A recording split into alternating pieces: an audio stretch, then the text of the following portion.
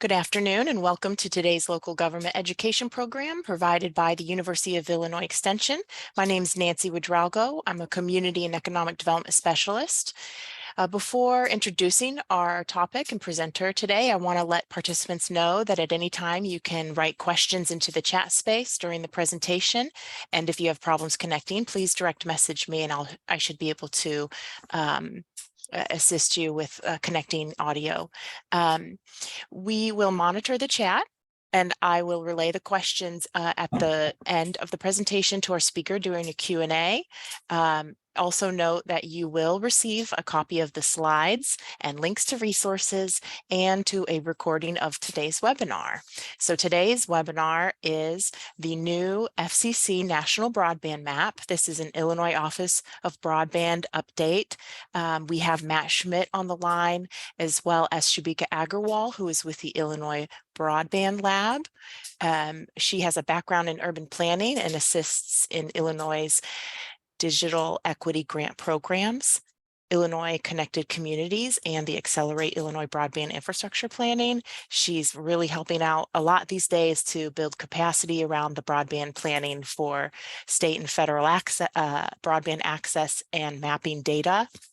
And she supports these efforts by analyzing speeds and usage through broadband surveys. So we're really happy to have her on to talk about the new National Broadband Map, and really also happy to have Matt Schmidt, Director of the Illinois Office of Broadband, on to talk a little bit about this as well and give a little bit of remarks before Shubhika kicks off the presentation. And we thank Matt and Shubhika for having a Q&A with us all today as well. So thank you again, Matt, for always serving as a great partner for outreach on all things broadband for Illinois. Thanks for being here, and I'll turn it over to you now. Well, right back at you, Nancy. Thank you for being a great partner with our office, with the Broadband Lab collaboration with the University of Illinois, and for all the help you and your colleagues at University of Illinois Extension offer. Really appreciate it. So folks, if you were with us yesterday, you got to talk about mapping, and we're going to be back at it today. For those out there, if you've ever looked at a broadband access map and you said, well, this is interesting, but it's not accurate, this is the call for you, because that's been the experience of a lot of us over the years. And I think we recognize that even the best broadband map is going to have its quirks. And so we have an opportunity in the coming weeks and months to help perfect not only our state broadband map, but a new map that the Federal Communications Commission has published for consumers and local governments and community organizations and state offices like ours to take a look at, compare against our experiences and what's advertised in our communities, and provide feedback. And the whole idea here is that we want to look at two inputs. One, where are all of the locations of homes, businesses, community anchor institutions that need broadband? They either have it today or they need it down the road. Where are those locations? So that fabric challenge process that the FCC has made available to us is about finding those locations and making sure that they're accurate. Shubhika is going to talk about that in a moment. But there's also an opportunity for all of us to look at those locations, compare it against broadband availability that the FCC understands is accessible throughout the state of Illinois, and register our feedback. If the service or the availability is overstated, we have a chance to click on our address and provide some feedback and essentially challenge the accuracy of the maps. Folks, this is the moment that so many of us have been waiting for. And a couple points that I just want to emphasize right out of the gates. We really appreciate all the hard work that our broadband providers have done in building out their networks and participating in our mapping program. The Connect Illinois Broadband Map is something to be proud of. It's really good, accurate, timely, granular, but of course it's not perfect. And when you look at that map and you look at the map that the FCC has posted, we want to further perfect these maps. And that's why community engagement, folks at their houses, really matters. And so help us perfect the maps. And then I think, secondly, you're going to hear some deadlines today that the Federal Communications Commission, the National Telecommunications and Information Administration, and others have set. Shubhika will talk about it in the timeline slide. The whole point that we want to emphasize here is, yes, there's an urgency to meet some of those currently posted timelines, but this is an ongoing effort. Perfecting the map isn't something that's just going to happen over the course of the next several weeks, but rather we want engagement that continues into the new year. So with that said, this is just the time to be engaging on perfecting the maps. And I really look forward to your questions. I think it's important for us to maybe treat this as a more informational and informal kind of conversation today. So if you've got any questions, throw them in the chat. We'll try to address them along the way. With that said, Shubhika, take it away. Sure. Thanks, Matt. That's really helpful and just sets the stage for what we're going to be talking about today.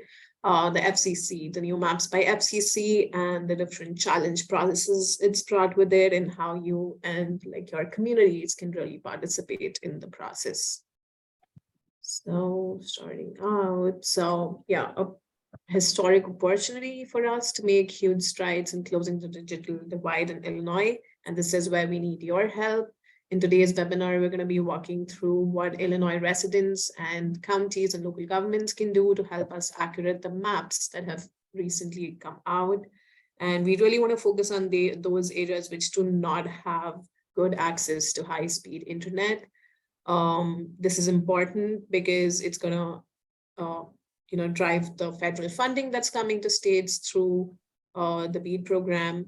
And how you can help is basically just looking at the map, and if there are inaccuracies over there, then participating in the challenge process. So what we're going to be discussing today is essentially firstly talking about the fabric and the availability map, just making it clear what these two things are and how they work together. Then discussing the broadband mapping and funding allocation timeline. Why is there a need to participate in the challenge process? The different challenge processes that are available. So it is basically the fixed availability challenge and the fabric or location challenge. So these can be filed by individual consumers, but also by other organizations who want to do it on a bulk level. So that basically is the bulk fixed availability and fabric challenge.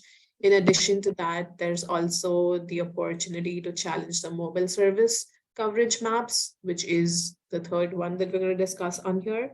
And towards the end, we're going to discuss Illinois Office of Broadband's contribution to the challenge processes so far, and conclude with next steps for individuals and like organizations who want to like participate in the challenge process.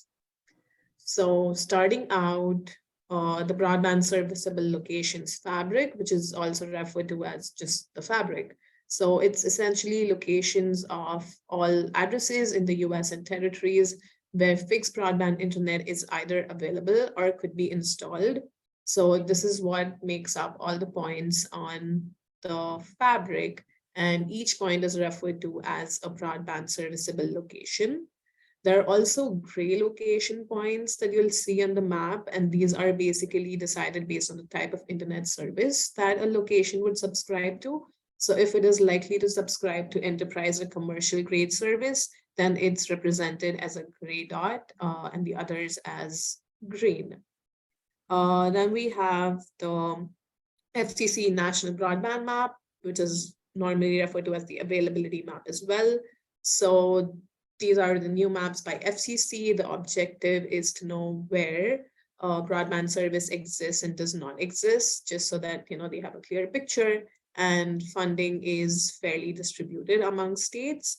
It is an overlay of the fabric with the data that providers have provided for the different plans that they make available to the public at these locations. So when we look at the map, we'll do that in a while here, but it's consumers can view the list of providers that have reported to provide internet services at those specific locations.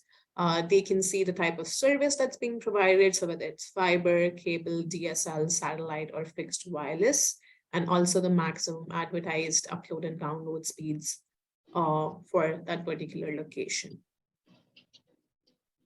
So now talking about the timeline. So this fabric was made available to internet service providers in June 2022, and that is what was used as a baseline for them to submit their availability information. That window closed on September 1st, 2022. On September 12th, state governments and tribal governments were, given the option to get access to the fabric and make bulk fabric challenges. That window is still open. And towards the end, we'll also talk about what Illinois has done on that front. The The new maps came up on 18th November 2022, and since then the challenge process has been open. It's going to be open until 13th of January 2023 for purposes of the BEAD allocation, which is going to be finalized end of June 2023. Again, there is a possibility of timelines getting extended, but for now, this is what it is. And we really want to go with this and make sure we can have as many challenges in there as we can, so that the maps are accurate and we get the desired amount of funding based on the need for the state.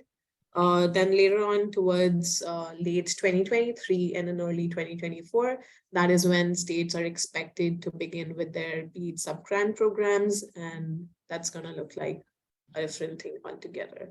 And the other thing I want to clarify is the availability challenges are going to continue to remain open, and FCC is going to have these new iterations of maps every 6 months. So even if we submit challenges after that, it's going to be reflected in the map, but the sense of urgency here is just because it's going to affect the funding that's going to come in through NTIA by the BEAD program. So again, stressing on the need to participate, we really want these location by location FCC maps. So we know the previous maps were more on census block level. So this is definitely a step in the right direction, where we have more location by location based, location by location basis information. So we really want to make sure that it is accurate, and it's going to take time, and we definitely want to contribute in the process. And the unserved areas identified in the map by 13th of January 2023, those are the ones that are going to be deciding the BEAD funding allocation for states. So now we're going to discuss the different challenge processes that are available and how to participate. And again, if we have questions at any point, please put them in the chat and we'll take them as we go. So the fixed availability challenge process, firstly talking about the process for individual consumers, if they want to check the map and make sure that it shows the right information, and also for our organizations that would like to help these individuals, because we understand that we really want to be reaching out to those areas which have poor broadband service. And so that might limit your capacity to actually go on an online map and submit a challenge. So definitely partnering with local schools and libraries so that you have the resources to be able to participate in the challenge process. That's important. Let's talk about what are the different reasons for why a consumer might want to file a challenge. So the FCC has laid down 9 reasons, which are listed here towards the right. And just to make it a little more easier, we have categorized them into 3. Reported service or speed not available for purchase, or fixed wireless or satellite signal is not available at that location. That could be a reason for why you file a challenge. This would include that the provider does not offer the technology that's listed on there. They do not offer the speeds that are reported to be available on that particular address. The fixed wireless or satellite signal is not available at the challenge location, or if subscribed speeds are not achievable. And again, one thing I want to emphasize here is that the FCC is not accepting speed tests as evidence for these challenges, but nonetheless, a lot of communities in Illinois have been doing that through the state programs that we've had in the past. So that is definitely good information. It can be used as baseline just to identify those areas where we see a lot of mismatch between the data that's been reported and what's really shown on the maps. So that's valuable information that we can use to identify some target areas and then go from there. So just want to highlight that as we speak about the achievable speeds. The other reason for why a consumer can file a challenge would be denied service or demanded connection charges that exceed the standard installation charges. So again, this is this includes the 3 different reasons by FCC. So again, the provider denied request for service, or requested more than standard installation fee, or it needed some new equipment to actually make use of the service. And again, FCC does not really have a clear like, standard understanding of, this is what would qualify as standard installation fee. So if you feel that, you have been charged something that is more than what other consumers are being charged, you would qualify for, this reason to be, to file a challenge. So definitely, if there are concerns around that, and if you think that you've paid more, it's a little flexible here. And if it makes sense to you, definitely go ahead and file a challenge. Fail to schedule or perform installation within 10 days of request. So again, did not schedule or install the service in the time that it was agreed on. Another thing to note here is that the maps are as of June 30th, 2022. So any challenges that we're making should be based on information after that date, just to reflect that the consumer data is as of 30th June 2022. So once you have an understanding of whether you need to file a challenge, let's go through the process. So I'll just go and read through this first, and then we'll also see a short video on how it actually looks, and then have a short demonstration of the map itself to see how you can just look at a few other things on the map as well while you are filing your challenge. So firstly, visiting the FCC Broadband Map, the first step, entering your address in the search bar. It'll take you directly to your address. Then there's a little icon there where you can also filter between the different technologies and speeds if you want to do that. There's going to be a listing of all the providers, the technology, and the upload and download speeds that they have reported as available for your location. Take a look at that. The screenshot on the right here is essentially what that would look like.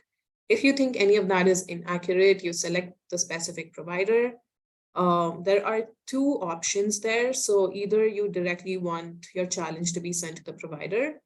That's going to send your information to the provider, as it says on there. The other one is I'm giving feedback about the information above, but not submitting a challenge. So this would essentially be considered more of crowdsourced data, and it wouldn't be considered a challenge. It's just going to be information for the FCC and for areas where they should maybe investigate more in future filings. And then it's going to request you for your contact information, which is going to be your name, email, and your phone number, which is optional. So you'll have to provide that information so that they can get in touch with you later on. Select the reason for the challenge, and then describe. There is a space for describing why you're filing the challenge, and also for providing some kind of evidence.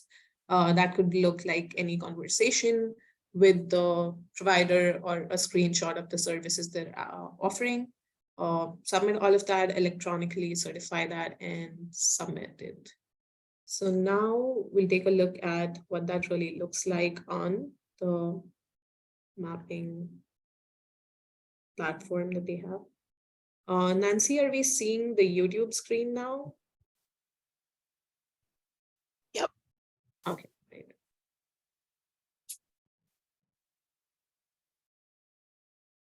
The FCC has a new map showing where internet service is and is not available across the country. We need your help to ensure the information on the map about the internet services available to your home or small business is accurate. On your mobile device, go to broadbandmap.fcc.gov. Type your address in the search bar and select the best match from the list that displays. Your location will appear as a point on the map, along with information about internet services offered at the location below the map. Red locations indicate that no internet services are reported for that location. If one of the services listed is not actually offered to the selected location, you can select the Availability Challenge link. This will bring up a form where you can first select the provider to challenge. Scroll down and complete the form, selecting the reason for your challenge from the drop-down list. Options include the reported service is not available, or the provider is requesting more than a standard installation fee to get you connected. You can upload files like emails or screenshots to support your challenge, or you can write a description of your experience in the form. Be sure to check the certification box at the bottom of the form and then select Submit to submit your challenge. With your help, the map will be more accurate, and an accurate map is an important tool for expanding internet services to all Americans. broadbandmap.fcc.gov. So that's where we can actually submit challenges. And now looking at the map itself. So I'm just going to type in a random address here, did yesterday. So when you do that, as the video mentioned, it directly takes you to that particular address that you've selected, that location on the map. On the right here, as you'll see the status, you'll see the building type. So this one's reported as residential, and the unit count as well. So that is about the location. And then at the bottom here, we're going to have all the different providers that have reported to provide service, the kind of technology and the upload and download speeds. And there's also a column for challenge here. So eventually, if there's somebody at this location files a challenge for this location for AT&T, for example, it's going to show up as a 1. So all of those challenges would be reflected on the platform if there are any. And the other thing I want to show here is how you can filter out different technologies and speeds. So right now it says any technologies and speeds greater than 25/3. So, and that is, so basically whatever you select is gonna help with the status thing. So based on that, there is technology greater than 25/3 at this location. So it's showing as served. Now let's maybe change it to all wired and licensed fixed wireless and see how that changes things. So in this case, we certainly do have wired options. So yeah, we do have copper and cable over 25/3, so it still remains green. But then, yeah, just want to highlight that feature on there so you can actually filter out the results of the map. So it's basically going to change the map and not the information here. It's just going to change the colors on the map and the status based on the technology that is chosen. Moving back to the slides. And again, if we have any questions, I can take them. So what to expect after filing an availability challenge. And this was also kind of discussed in the FCC webinar on filing bulk challenges yesterday. So a summary of this is whenever a challenge is filed, the FCC is initially going to review it. They're going to ensure that it is not a complaint about the quality of service or billing issues. The right reason is selected for the challenge, and ensure that there is sufficient evidence or description submitted for the challenge. After the challenge passes initial review, there's going to be an email notification from the FCC where the consumer is going to also receive a unique ID for the challenge. Then the provider has 60 days to respond. And if they either concede or fail to rebut the challenge, that will no longer be shown as served on the National Broadband Map. But if they do decide on rebutting it, that is when the provider will get in touch with the individual who's filed the challenge, and there'll be 60 days again to review it. If they are not able to resolve it, that is when the FCC is going to step in and make sure what to do with the challenge location. Again, the column that I had shown, that is where you can see all challenges for a particular location and the provider. And that is also where they're going to update the status of what happened to the challenge. So one thing that's important here in all of this timeline is just making sure that you're submitting enough description or evidence to back your challenge, because that is what is essentially going to make it successful. The FCC has said that they really want to make it easier for consumers, but at the end of it, there has to be good description or evidence that's supporting it. So that's important. And I think just engaging in the availability process will help you firstly formally file your complaint with the federal system for the very first time. So definitely encouraging consumers to do that. And this could also lead to quick resolution when you communicate with providers and things like that. So definitely an opportunity that everybody should make use of, and make sure that providers, whatever information that they have represented on the map is pretty accurate. Moving on to the fabric or location challenge, again, for individuals and organizations who would want to like help them with the challenge process. So when exactly would one submit a location challenge? So this would be when you type in your address and you see no location data available. So that would essentially means that your address is not included in the fabric. So that is when you'd submit that challenge. The address shows up as a gray point, meaning it has been inaccurately represented to subscribe to enterprise or commercial grade service. If that's not true, then you'd submit a fabric or location challenge again. If the corresponding unit number or building type is incorrect, and also if the address shows up at a wrong location. And again, just quickly going to the map on the right here, this is where you have the option to submit the location challenge. It's again going to ask you for your name, email address, the phone number is optional, the challenge category type. So it's going to be one of the 4 that was reflected there. So incorrect location address, unit count, or it's on a different, it's not within the correct building footprint. This is not a broadband serviceable location, or if you want to provide an additional address for this location, or the building type is wrong. So just all the different reasons that were mentioned on the slide there. You can provide a description for the fabric or location challenge, and also support it with additional documentation. So you could essentially submit a screenshot of Google Maps showing your location if that's like missing from the fabric, or just like information about the existing broadband services in your location. If you want to add more details about that, then you'll be required to certify and submit as well. So this is when your address already exists. Suppose your address does not show up on the fabric at all, which was the first case. That is when you would like zoom into your address. So for example, there's an address here which is not showing up. I would just click on this and then select challenge location. So meaning that, you know, it's a missing broadband serviceable location. And so if your address doesn't show up on the fabric, this is how you would challenge it and want it included on the map in the next revision. Back to the slides.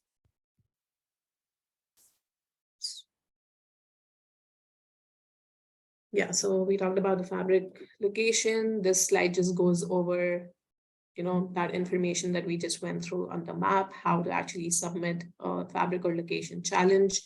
Then we have the mobile service coverage challenge process. So this is again for individual consumers or organizations who would want to do it. This does not really affect the federal funding, and it has a different process through the FCC Speed Test app. So we have links on how to download the app here, and there are more instructions on how to submit this kind of challenge through the link here. One important thing to note here is with the mobile service challenges, FCC does not really want you to take these speed tests inside your home. It has to be outdoors or in a moving vehicle. So basically mobile coverage in the outdoors and in open areas, that is what can be challenged through this. The next one is the bulk challenges, again, for organizations who want to be filing these on behalf of their residents. So how can organizations participate in the bulk challenge process? So it's through these 6 steps.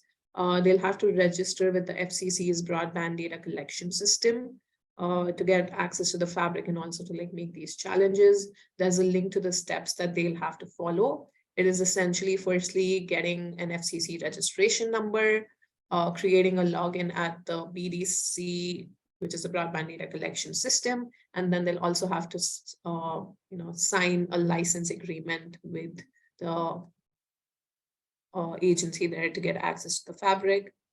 Then the next step would be to identify local address data sets and also data sets that accurately represent broadband infrastructure or through consumer surveys. So any of that to be able to like make these challenges, identifying that for your particular region or for your county, developing a strategy on how you're going to use that. And the 4th one is then after you have identified those addresses, aligning your data with the specifications. So there is a specific way on how the data is supposed to be formatted before it can be submitted for the challenge. So there are links for the bulk fabric challenge as well as the bulk fixed availability challenge and how the data should be formatted. And this also requires that you electronically certify and finally submit that. So a few data points here that will help get a sense of the kind of data sets that would be helpful in making those comparisons. So the FCC fabric basically has a unique location ID, geographic coordinates, address, unit counts, a BSL flag, which essentially means whether it's considered as a broadband serviceable location or not, the building type, and also the census geographies, which will help identify what county and census block it falls in. So when you're considering data sets that you'd want to use to make, to inform your challenge process, essentially look for data sets that have the coordinate information, the address, the unit count, and also the building type. So these are the 4 attributes that have to be submitted as part of, the challenge. So just making sure that the data set you're selecting has all of these that can help with the process.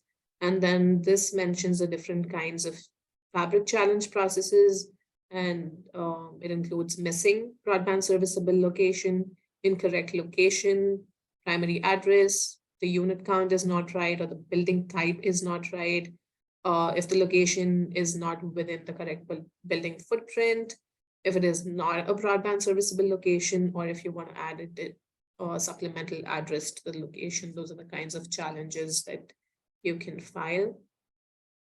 And some more information about the fixed availability challenge. So there are 3 methodologies that are accepted by the FCC for a bulk fixed availability challenge. The first one, the knowledge of infrastructure. So any observations or information about where broadband networks really exist in your region. So this could be through on-ground examination of broadband infrastructure, building permits, or right-of-ways. And the other way could be information collected from individual consumers. So this is helpful if you really want to reach out to those unserved and underserved areas where people might not be able to file challenges on their own.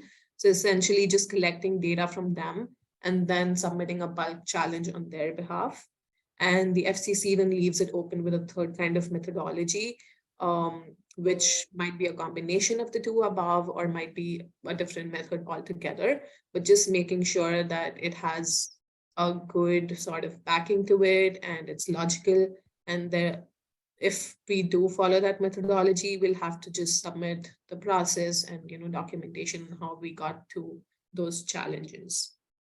So acceptable evidence for this is again, making sure that each of the challenges have the right kind of evidence, and then the basis for determining the underlying challenges, so like any documentation to support the kind of methodology that you've used, and communications with providers, screenshots, emails, and all of that is acceptable for this.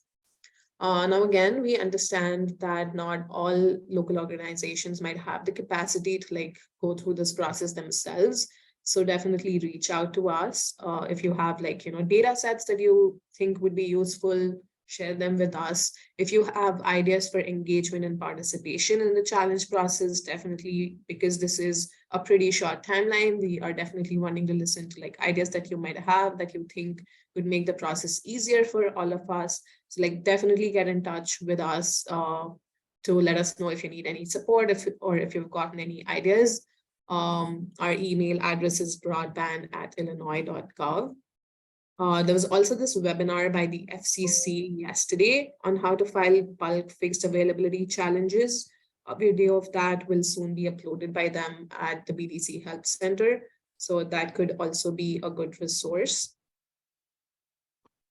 Now talking about Illinois Office of Broadband's participation in the process so far. So for the bulk fabric challenge process, as of November 13th, we've submitted nearly 80,000 missing broadband serviceable locations, for FCC's consideration. This was using Illinois' next generation 911 data, and we're still waiting for FCC to review and approve our submission on this. Again, the challenge process is still open, so your contributions definitely are going to help. If you have data sets that could help us file more challenges, we welcome that as well. And with the bulk fixed availability, we are working on how we can use the state broadband maps to actually prepare for, the bulk fixed challenge, fixed availability challenge through the state. So what's important here, really spread the word, engage your communities. We really, again, want to reach out to those areas that are unserved, the ones that are dependent solely on fixed wireless or satellite services, because there is definitely a possibility of overstatement in these areas. So reaching out to those, including libraries, schools, and other community-based organizations who can help people in the process and want to actively engage. And again, we want to get as many challenges in by 13th January 2023, which is the deadline for now. A few resources that might be helpful. So the FCC has put out an outreach toolkit, which has some of the materials that can be helpful to just inform people about the broadband availability challenge. But we here at Illinois are also preparing some of our more customized and user-friendly material that we will have out there pretty soon that organizations can use for outreach. And we recommend that you sign up for the Illinois Broadband Connections newsletter, which is linked right here, so that you can constantly keep updated with whatever we're doing on this front in Illinois. We've also provided a link to the Illinois Office of Broadband website. That is where we'll be sharing any updates that we have for you as well. And then there's video resources by the FCC and also a link to the 90-second video that we'd seen earlier. Finally, concluding with next steps on how you can prepare and participate in the challenge processes. So if you're a local government or an organization that is interested in filing bulk challenges, so definitely start with exploring data sets that can help you with the process. Register with the FCC's BDC system, because that can take a while. And so you want to get in as soon as possible so that you have access to the data and can start, preparing for the challenge process. Definitely partner with schools, libraries, and other organizations that can help crowdsource challenges. So if you want to follow the second methodology, which is collecting information from individual consumers and then filing a bulk challenge, that'll be a really good way to go about that. And then just identifying any additional manpower that you can use for crowdsourcing data. The last thing would be identifying platforms, whether that's online, paper, or mailing that you'd want to do to just spread the word. And we, as I mentioned earlier, the Illinois Office of Broadband is going to have some outreach material that's going to be ready pretty soon. So just you identifying those different platforms can be really helpful so that you can get going as soon as those are out in the next few weeks. Then if you are a community-based organization interested in consumer assistance, or if you're a library or a school, then definitely look out for FCC challenge process outreach materials that's going to be out there so that you can spread the word and among people who visit these institutions. And then look out for resources that will assist in understanding of these processes so that the staff can be helpful to consumers who might not very well know how to make the challenge. So yeah, just, building that capacity, and look for opportunities to collaborate with the local government. So it's, a two-way sort of interaction between all the different organizations, local governments, and the consumers, all of that happening together in the same space. And if you are a consumer, so definitely firstly visit the FCC map. If your address is not accurately represented, file a fabric or location challenge. If there are inaccuracies in the services that are reported, then file an availability challenge. And again, spread the word, share this with family and friends, and get them to participate in the process. Yeah, the timeline's pretty short, and let's make the most out of this. If you have any questions or need any assistance, have any ideas to share that can help make this easier for us, we're all trying to figure this out together. So definitely reach out to the Illinois Office of Broadband. Our email address is broadband@illinois.gov. So thank you so much. And let's see if we have questions or comments. Of course, Shubhika, we do have questions. I want to, before we get into it, just quickly see, let's check in with Matt and see, Matt, would you like to add anything? Because when we start this Q&A, it'll be probably popping back a little bit between you both, but Sure. Yep. No, I'd say Shubhika, nice job. Let's hop into the Q&A and we'll try to emphasize some points along the way.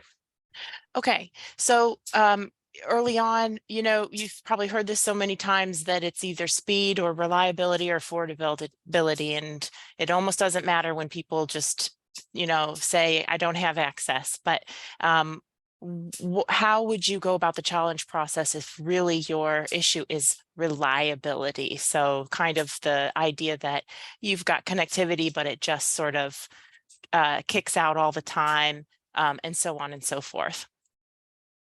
Sure. Sure. So if that's the case, as we'd mentioned, there's like this second option where you're not really submitting a challenge, but it's going to be recorded as crowdsourced data. So if the only issue with your service, which is a big issue, yes, if you are not happy with like if it's not reliable or if it's expensive, you can definitely submit that information, but then do not submit that as a challenge, but more as a crowdsourced data so that FCC is aware of, you know, the difficulties you're facing with your internet connection, and they can follow up with that later.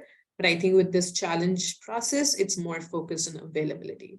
But then that's the way on how you can, you know, record your sort of issues with broadband around reliability and affordability, just by selecting the second option. Thank you for that. A reminder on how we would add a provider that's not listed. If a provider is not listed, is there a way to add that information? Oh, I have not seen that come up. A lot of times it's just selecting the provider that has reported service but do not offer service in that area. So I'll really have to check how we can add a provider on there. Matt, do you? Yeah, no, that's accurate. And I would add to that. So this map is kind of like the 1.0 version of this map for the public and for offices of broadband and you know, community organizations, local governments, etc. The key piece here is we want to be able to look at the map and identify areas where the map says that an area or a household or a business is served, but we know through our experience or what's advertised that it's unserved. And so maps can tell us a whole lot of different things about broadband. And I agree that affordability, reliability, just important as the infrastructure piece. But this map is most interested in this stage in identifying where the network access is or could be extended within 10 days and getting an understanding of where the map is overstating served areas. So 25x3 wireline or better. And that's going to be the key question for Illinois as we move forward, identifying those locations that the map overstates service so that we're able to push back and say, hey, look, FCC, hey, look, National Telecommunications Information Administration, you think these areas are served, these specific locations to be, in fact, are served, but we know better. And we want to make sure that we receive the funding that the state deserves to connect those locations. And so I would just say that's why it's important to engage early and often on this mapping process, because those sorts of questions might be asked down the road. But right now, we just want to make sure the map is not overstating service. Thank you. We've got a really good question here. So I went on the map yesterday and it said that my address didn't exist. What do I do? It's very good.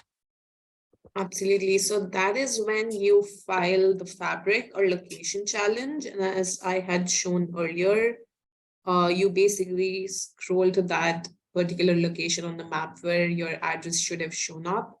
Click on that point, and then you'll get a blue box which says challenge location. And when you click on that, you'll be able to provide all the information like the address, the unit count, the building type, and then you'll also have to provide your information so that they can get back to you if they have questions. But if your address is missing, that is the way to, like, register your location challenge. And we have a question from Bond County. WISP number 2, max speeds available for purchase are 25 by 3 megabytes per second at a cost prohibitive for many of $130.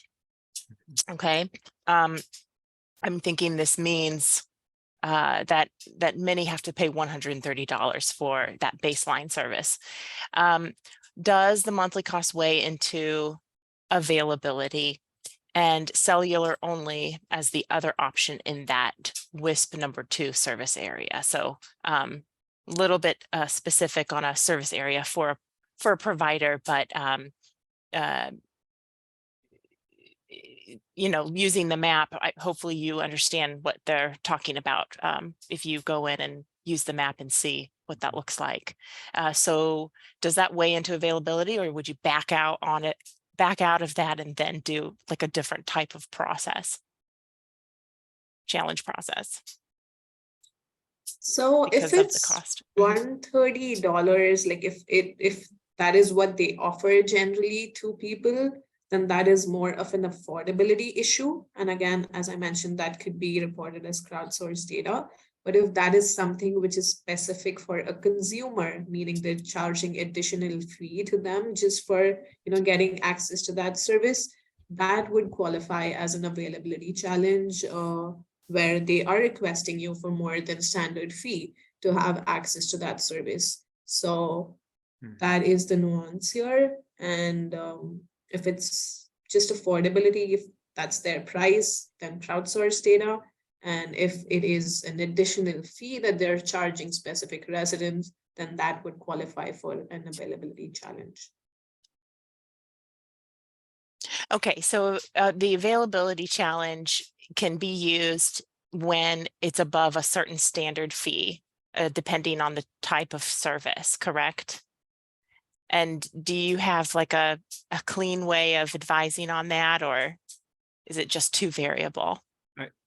I'll jump in here. I think this is really important for folks because at the Office of Broadband here in Illinois, we really value affordability, reliability, and access. And the question isn't simply about where is the infrastructure. It's much more involved than that.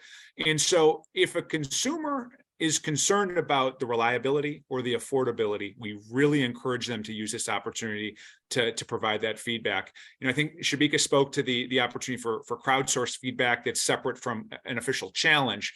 But yes, there is a box to check in the challenge where you can cite unreasonable service fees or other impediments to adoption. And so I would really encourage folks, if you spend the time to go into the map and you have a concern, to register your concern. Our hope at the Office of Broadband is that we're going to be able to get some feedback from FCC so that we can use this process to inform our own thinking, investment, outreach, and programming, so that this isn't just feedback that's offered in a vacuum and only goes to the FCC. We want to use this to inform a lot of what we do moving forward, and really, hopefully, use this as a springboard for continued engagement in feedback from consumers. Because again, to that point, it's not just about building out the networks, it's making sure that they're truly accessible and affordable. If our goal is universal access for all homes, businesses, community organizations, we want to make sure that access is truly accessible, it's affordable, and it's not just the infrastructure sitting outside along the street. And so please, if you check it out, register your feedback in the way that seems to make the most sense. That's really good. It really does seem like a dynamic tool. And really, I think that was really important to kind of communicate that to everybody. So thank you so much. So we've got a question here about identifying information for the consumer challenge process. How does the FCC identify our company's email address? We are not sure if we need to send this to another department. So could you give us an idea of how the consumer challenge process needs to be done in regards to identifying information, or if that really is super important.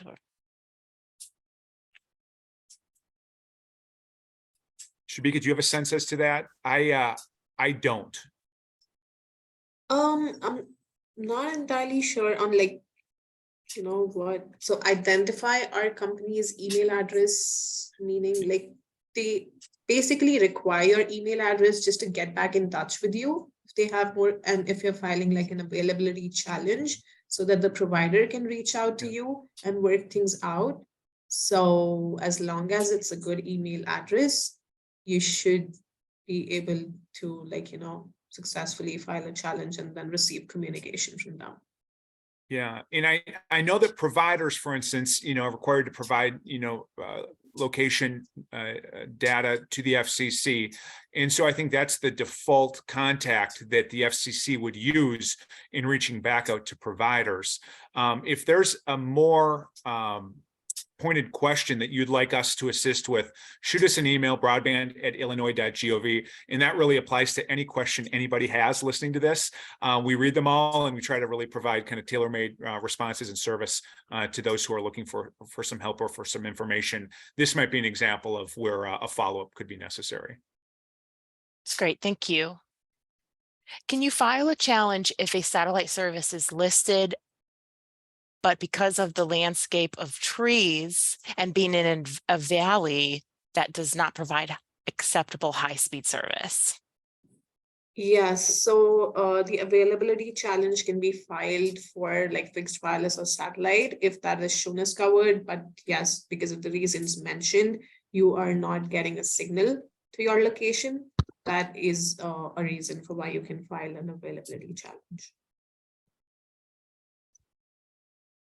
Any plans that we will see radio or TV public service announcements for this, since citizens need to be involved? Yeah, I'll just take that on. We're looking at kind of a all hands on deck approach to spread the word. So the timeline and some of the guidance came to us right before the holiday break over Thanksgiving. And so we're using this week to engage stakeholders and kind of raise the flag. Hey, this is a priority for us. It should be a priority for you. Moving forward, we'll be communicating with targeted audiences, folks who worked with our Office of Broadband in the past on various programs, and also tailor-made approaches for reaching communities across the state. And so I just want to emphasize, by design, we're going to be making this approach as we go. If there's any input that folks have, don't hesitate to shoot us a line. If you've got a community organization or you're a local government that's really interested in spending some time engaging your residents, we'd love to collaborate with you and provide some resources or materials. I think the whole point is we're going to try to support those local initiatives and that energy that would like to collaborate with us wherever we can. And so this isn't going to be kind of a one-size-fits-all state-led initiative, but rather the state will lead, will provide resources, material and content, but it's going to probably evolve between now and January 13th, and certainly after that date moving forward to keep folks engaged. So again, as I'd mentioned earlier, check out the map now. Get engaged, stay engaged. And if you've got any questions or suggestions, reach out to us at broadband@illinois.gov. Great. But to the question, Nancy, I think that there was a specific question about, public service announcements. Yeah, I think that makes a lot of sense for us to develop content for that. I agree. And I think it's great that we're just kicking off the conversation right off the bat here today on the webinar platform. And so folks can kind of get a little heads up and head start in trying to get organized to collect responses and get everybody to, like you said, have the hands on deck. And thank you for putting your email in the chat as well. The actual broadband office email. That's really great. And I think you also touched on this next question, which was, how would it be recommended to collect crowdsourced data? This was a question that was sent to me by one of the folks who was specifically referencing Accelerate, that program, but you had mentioned multiple programs. And so, that idea that if we've worked with you in the past, yeah, and I think crowdsource maybe means that they're trying to talk about a bulk challenge, but Perhaps, please, yeah. please clarify. Yeah, I think so. We've had over 50 local governments and neighborhoods work with our office over the last 2 years. And so they've reached out to us wanting to collaborate because they see opportunity for better broadband or digital equity improvements in their communities. And so we absolutely want to leverage that work and the momentum that's been created at the local level for this and what's to come. And so what I would say is, for instance, if there was like speed test data collected at the local level, even though that speed test data is not acceptable evidence on its own right, it really speaks to an understanding the community has with what's going on. And so, yeah, I think a bulk challenge makes sense. But also, if that speed test data can be compared against the federal map the FCC has and identify areas where the map does overstate service, I think it really helps us hone in on, okay, here's a problem area where the map is just overstating the reality. And so let's look for other evidence that we can identify. I think if you're an Accelerate community, we'll be contacting you, but don't hesitate to reach out to us with any ideas you have. But definitely that work that you've put in, there's a way to turn that into, I think, either direct evidence or a real strong case that we can make to challenge the FCC maps. Thank you. And I see Shubhika nodding, so I think you. I'm going to ask. She's keeping me honest today, so there we yeah. go. I'm going to ask a foundational question here. Folks are kind of wondering what broadband is in general. Like we need to remember there might be some folks on the line that are kind of new to the game, and what kind of connectivity is the map, is the challenge process needing to refer to? Do you need to connect to local internet connections, or how important is it to also submit challenges on mobile service and data plans for internet connectivity? Shubhika, you want to take that? Sure. So I think the map represents service that is provided by fiber, cable, DSL, satellite, and fixed wireless technologies. And then there's a separate map for mobile coverage. So what we are really encouraging folks to do is, focus on the first map there, because that's the one that's going to affect funding. And for, again, for the purposes of funding, it's only the wired and licensed fixed wireless greater than 25/3 that's going to be considered served. All the areas that do not have access to wireline or licensed fixed wireless that is above 25/3 are going to be considered unserved. And that is what is going to be used for the BEAD allocations. So that is where we want residents to really focus their attention right now, considering the short deadline. But that being said, we definitely want the maps to improve. So moving forward, any issues on there with the service reported at your location, with whatever technology, whether that's mobile or the wireline or wireless, we want that to be accurate. But for now, focusing on the part that's going to affect funding, just considering the timelines. Great. And two more questions came through that I think speaks to the bulk challenge process again. So we have communities and counties that have collected speed survey data. And so again, a little bit of guideline on how that information should be leveraged. So quickly to Kathy's question in the chat, speed test data, although it's not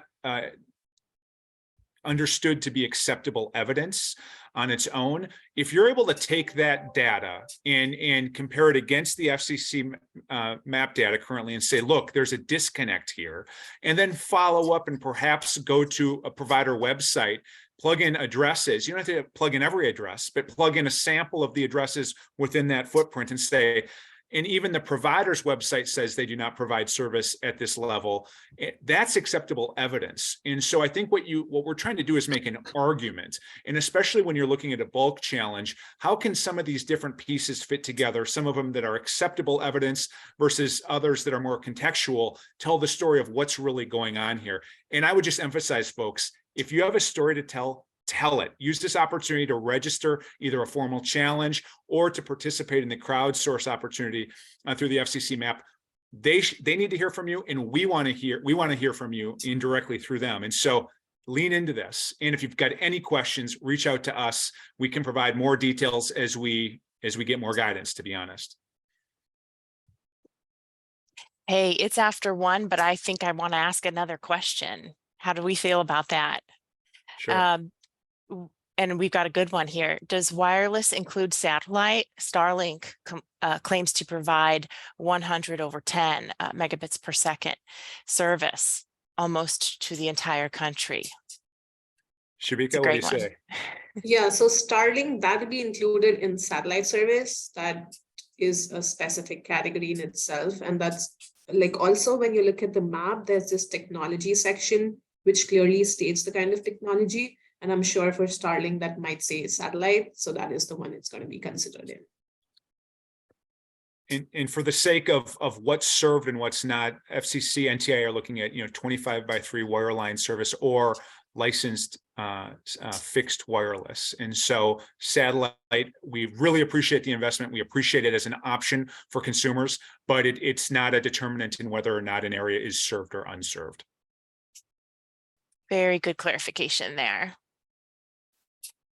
I don't see any other questions, but I want to give you both an opportunity to give us some takeaways and maybe add anything that you think is good for this group to know before we all say our goodbyes today.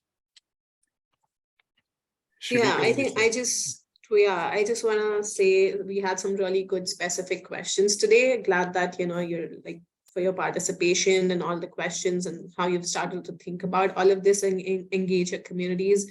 That's just great. Again, just wanting to say that, reach out to us. We're figuring this out as well. We'd love to hear ideas on how you want to go about this, how you're already kind of doing this, how you were thinking about this, so that we can collaborate more extensively. And yeah, you have our email address, please reach out. And thank you so much for participating again today. Yeah. I'll just reemphasize what I said at the outset. Like, we've got an aggressive timeline with the January 13th deadline. We're going to do our best to provide as much data as we can by that deadline, but that doesn't stop the activity. And so we want to just, as I say, play through the whistle. We want to make sure that we're engaging communities. We're building momentum going to the new year. And this is not the last opportunity for communities and consumers to provide feedback. Rather, it's the first opportunity. There's a whole year of activity as the Office of Broadband, our broadband lab, works to engage and participate in what's called local coordination to get broadband and digital equity right for the state of Illinois.